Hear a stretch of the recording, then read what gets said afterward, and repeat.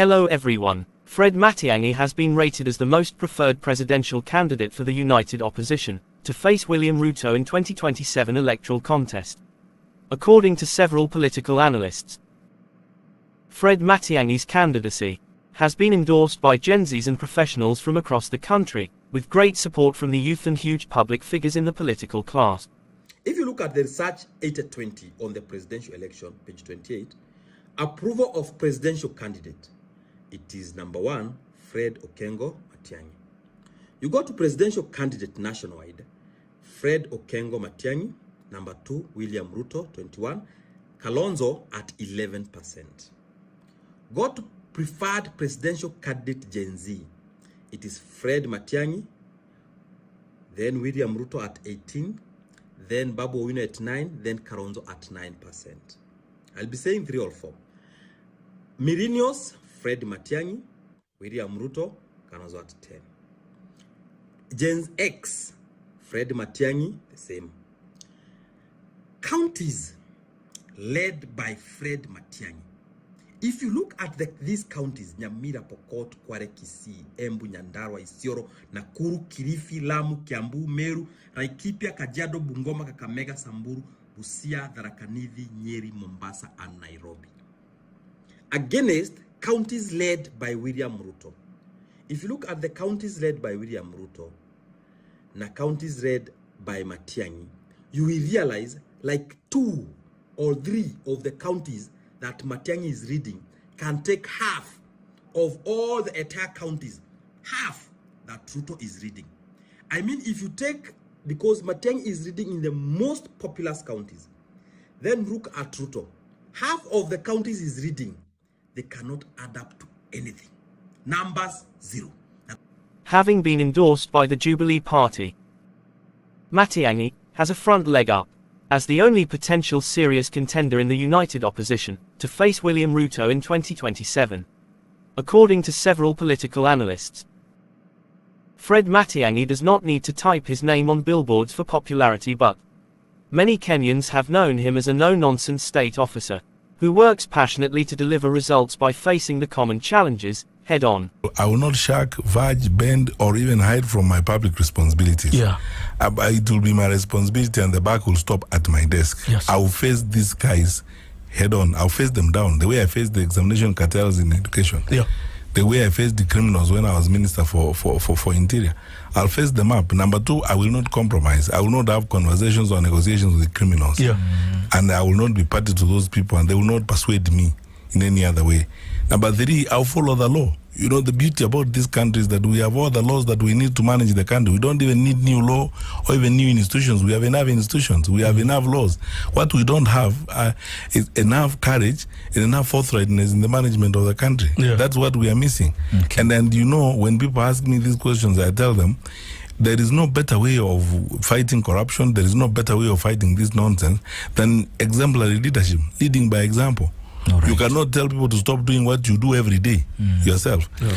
And if those people who are engaged in those businesses know that they can't bring money to you and you will not take it, and that you will punish them, they will. During his tenure in public service, Fred Matiang'i served in 3 significant portfolios as a cabinet secretary for 10 years under Uhuru's government. In his performance record, Matiang'i implemented consequential landmark reforms and policies that impacted lives of Kenyans in many ways.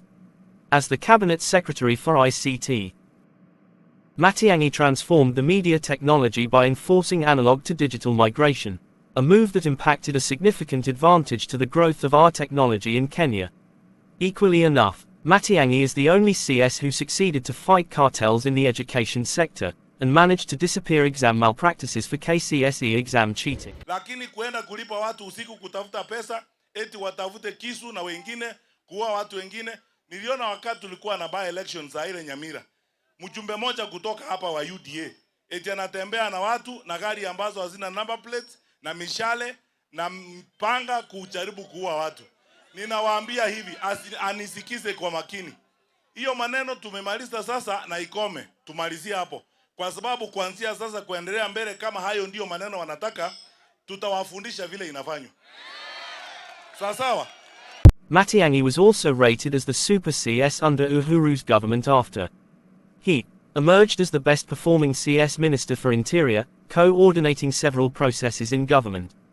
According to speculations and the feeling of many other Kenyans, Fred Matiang'i appears to be the only fair candidate who can challenge William Ruto in matters of enacting policies and fighting the rampant corruption in Kenya.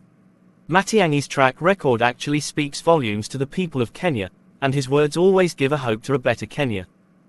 Many young people have readily endorsed his presidential candidacy through social media and during Gen Z protests, with a string of die-hard supporters from across the country who have expressed their confidence in Matiang'i as President 2027.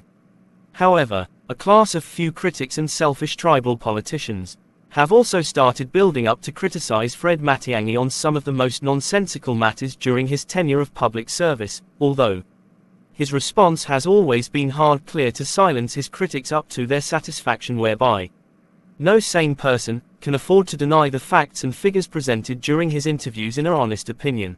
Wote Mheshimiwa Matiang'i anafaa aheshimiwe kabisa. Juu sasa ndio mtu wetu, hata sisi tumeona na ndio tunategemea. Kwa hivyo Matiang'i afanye nini? Aheshimiwe kabisa na watu wote, juu makabila zote zimemheshimu, mpaka watu kutoka Amerika wanasema ni Matiang'i. Lazima aheshimiwe. It is assumed that the stubborn critics are those people who oftenly keep on raising similar questions that have been answered satisfactorily, but most of these are mere politicians and members of other political parties who keep on denying truths that have been set in black and white. Allow the public service infrastructure to work as effectively as it ought to. Okay. So that I am not appointing people because of the tribes they come from, calling and looking for political stillborns around people who have contested elections and failed, then thrusting them with very critical responsibilities of government. Slowly, confidence in government will return, and then the trust of government will return, and then of course I will rein in on the wastage of public service. The government is too wasteful for a country of our size and so on. All this nonsense you are seeing around about empowerment and people moving around the villages, giving with millions of shillings and so on, giving people rice and so on. That is really not how to manage the country. All right. Because those things are not sustainable. They are not going to take us anywhere. That's why there is no capitation in schools and so on. In their motive, the greed is what compels them to force a way to raise very boring conversations and petty criticisms. Not because they don't understand, but it's because they would like to protect their selfish political interests led by greed and tribalism within the political parties. However, in the view of many Kenyans, any neutral person would actually prefer to vote for Fred Matiang'i, who demonstrated great passion to working for the people and his commitment to public service.